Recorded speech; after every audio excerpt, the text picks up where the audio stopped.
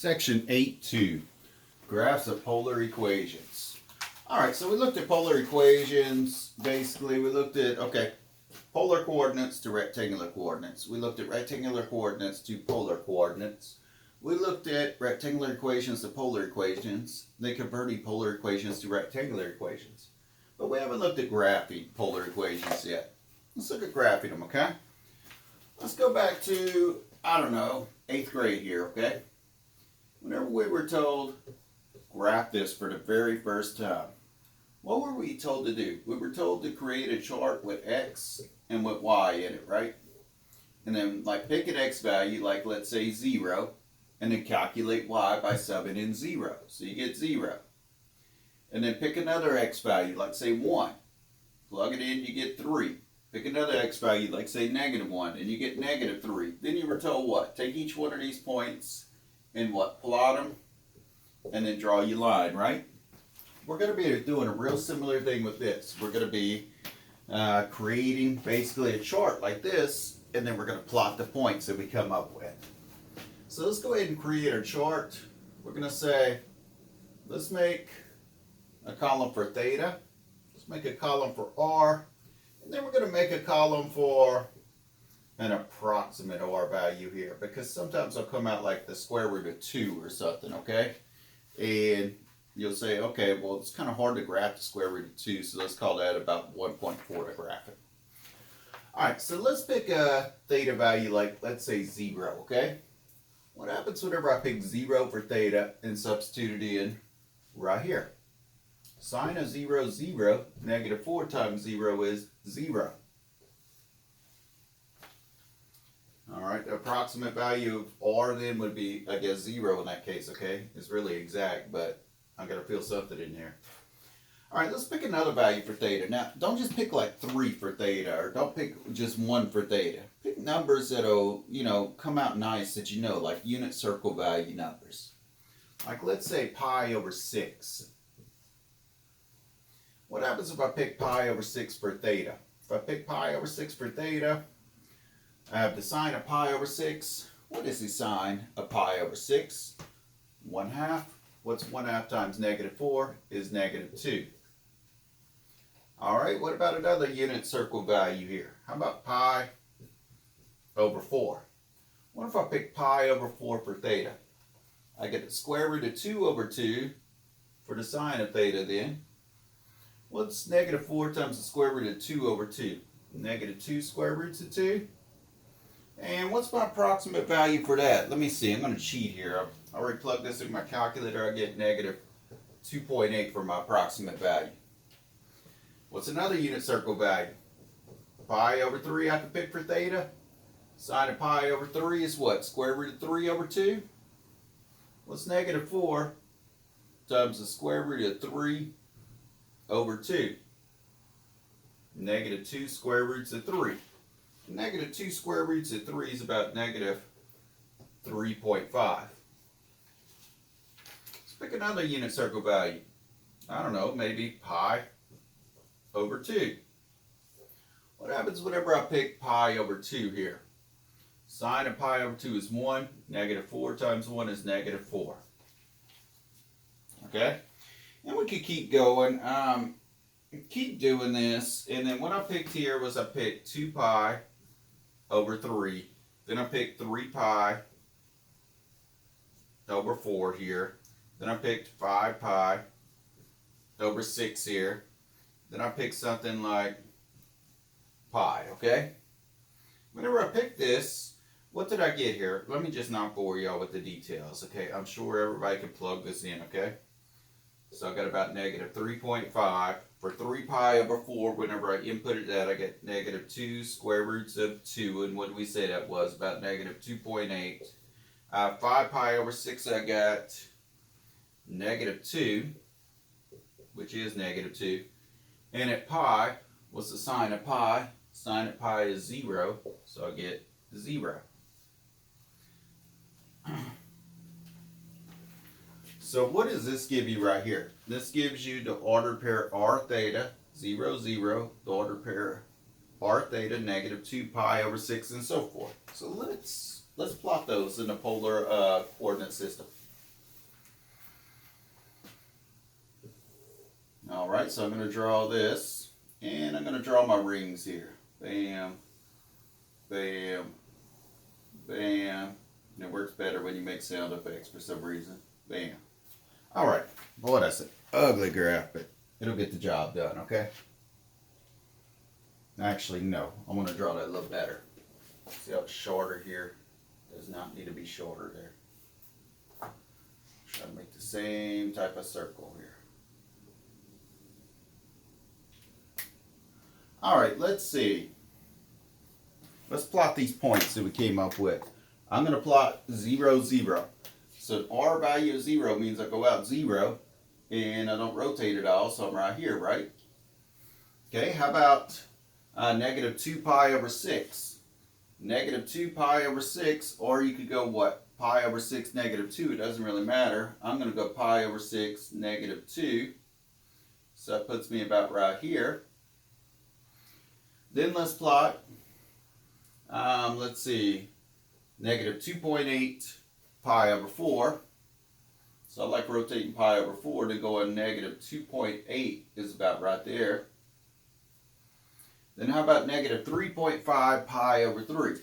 So pi over 3, negative 1, 2, 3.5 is somewhere around here. Maybe it's a little more halfway. All right, let's see, negative 4 pi over 2. So pi over 2, negative 4 is right here. And how about negative 3.5, 2 pi over 3. So 2 pi over 3, negative 3.5 is somewhere about right here-ish.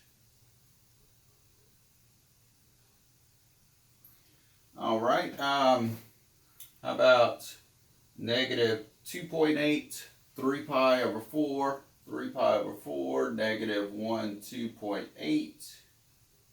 Boy, this is about a boring video. Watch some of my plot points, huh? Okay, then what else do we have? Negative 2, 5 pi over 6. And then what else do we have? We have 0 pi.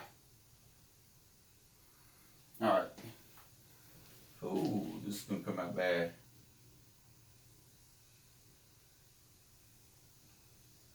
I'm going to make an adjustment here because I'm not using grid paper. So this is not coming out exact at all, okay? But what you should get here is you should get a circle like this, okay? Should get a circle like that. Now, why was my circle so thrown off? Because I cannot draw these circles whenever I freehand them the same distance apart. But if you plotted these points and you use that polar graph paper, like looked up on Google these images of, printable polar graph paper, then whenever you draw it, it'll look more like a circle to you. And if you go ahead and convert this out, you will see that it's a circle, okay?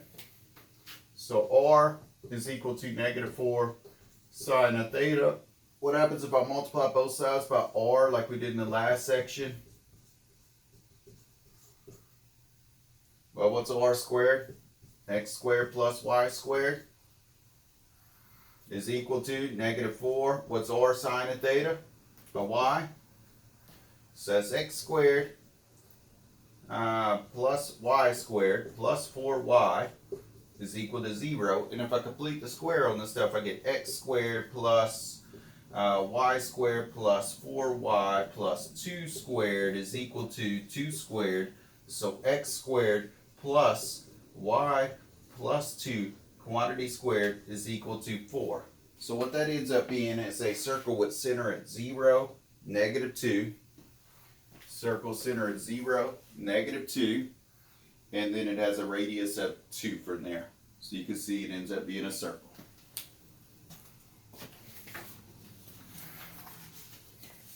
Well, let's look at part B. Part B. Part B. Graph by plotting points again, okay? Graph by plotting points again. I can find my other marker. There it is. All right, for part B, we have R is equal to 4. R is equal to 4, okay? Again, let me set this chart up. Theta, comma, r.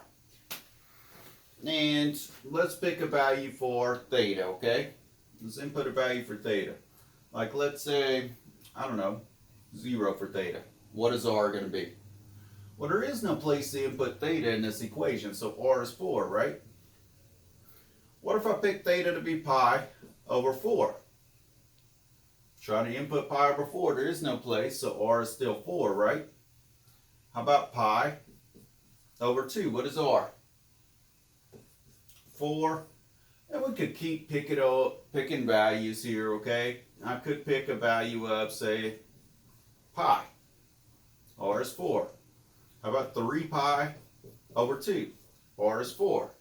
How about 2 pi? R is still 4, right? So no matter what value of theta, no matter what value of rotation I pick, r is always what? 4. So what does that look like here? Well, let's try to draw these rings again. Let me try to draw them. I'm already screwing up on. Let's see. Okay. So if I rotate 0 radians, I'm at 4. So 0 radians, I'm at 4. This is 1, 2, 3, 4 here. I'm at 4. If I rotate pi over 4 radians, I'm out here at 4. If I rotate pi over 2 radians, I'm at 4. If I rotate 3 pi over 2 radians, I'm at 4. I skip pi. If I rotate pi radians, I'm at 4. And if I rotate 2 pi radians, I'm at 4, right? And I just picked these values for theta. I could have picked any value at all for theta. Any ones in here, any ones in here. So if I connect those, no matter what my angle of rotation is, I'm at r is equal to 4. So what do I have here? I have this circle right here as a graph. R is equal to 4 is a circle centered at the origin with a radius of 4. Let's look at part C. Let's look at part C. Part C, we have theta is equal to pi over 4. Now, I want to sketch this graph by plotting points. Now, just like whenever we looked at y is equal to 3x earlier, and we had x and we had y values, so we picked x values of, say, 0, 1, or whatever, okay? I could have looked at x is equal to 1/3 y. In other words, solve for x here. And I could have picked values of y and then calculated x. Like I could have picked 0 for y, then x would be 0. I could have picked 3 for y, and x would be 1. So my point here is I can't pick a value for theta because theta is already set. So I pick a value for r. Like let's say r is 1. What is theta going to be? Pi over 4. Let's say we pick an r value of 2. What is theta? Still pi over 4. How about an r value of 3? What is theta? Still pi over 4. I think you'll get the point here.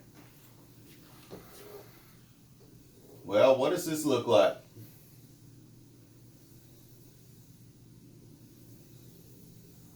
No matter what value I pick for r, 1, 2, or 3, 1, 2, 3, or 4, or 5, or 6, or whatever, what is theta going to be? Pi over 4. So theta is pi over 4. So I have this, I have this, I have this, and actually it's all these, and it goes back through that way, and that's the graph of theta is equal to pi over 4. So it's a line.